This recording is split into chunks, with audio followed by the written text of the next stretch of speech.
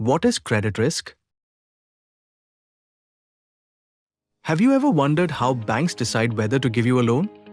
Why does one person get instant approval while another gets rejected? Why do banks check your income, repayment history, and credit score so carefully? The answer lies in something called credit risk. Every time a bank gives a loan, it takes a calculated risk. It assumes that the borrower will repay the money with interest. But what if the borrower fails? That possibility, the risk that a borrower may not repay, is called credit risk. And for banks and financial institutions, credit risk is one of the most important risks they manage every single day. Let us understand it in simple terms. Credit risk is the possibility that a borrower will fail to meet repayment obligations as agreed.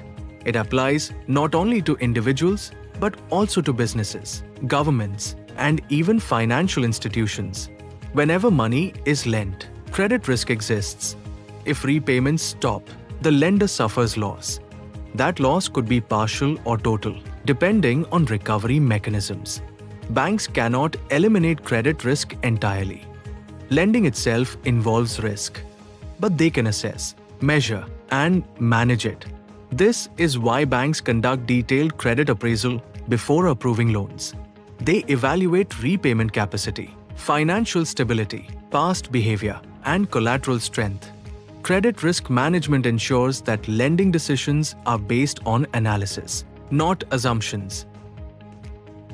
So how do banks measure credit risk? First, they evaluate income stability.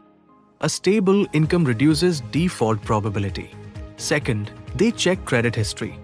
Past repayment behavior is often a strong indicator of future behavior. Third, they analyze debt obligations. If existing loans are high, repayment stress increases.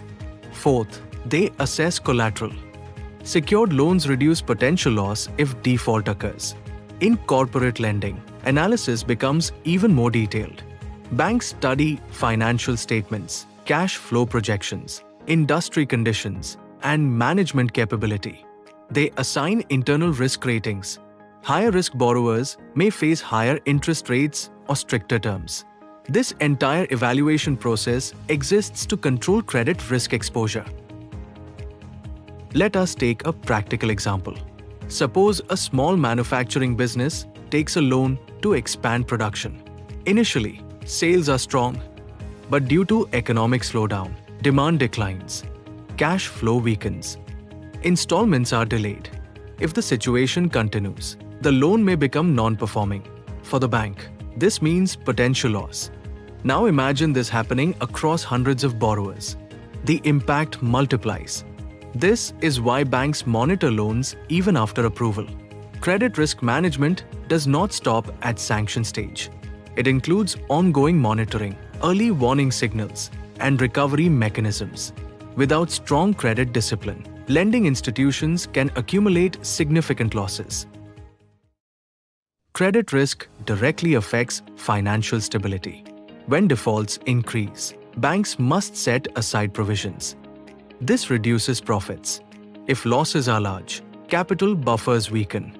Weak capital reduces lending capacity, and reduced lending affects economic growth. This is why regulators closely monitor credit quality in financial institutions.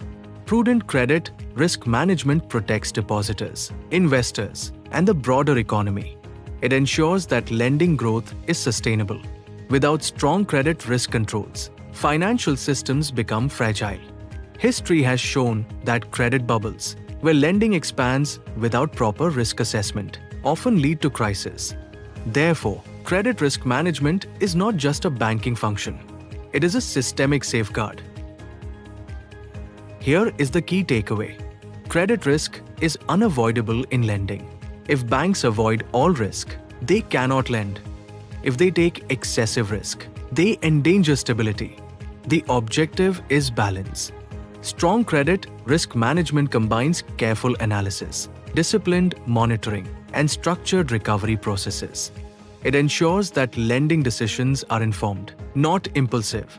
For individuals, Understanding credit risk explains why banks evaluate profiles so thoroughly.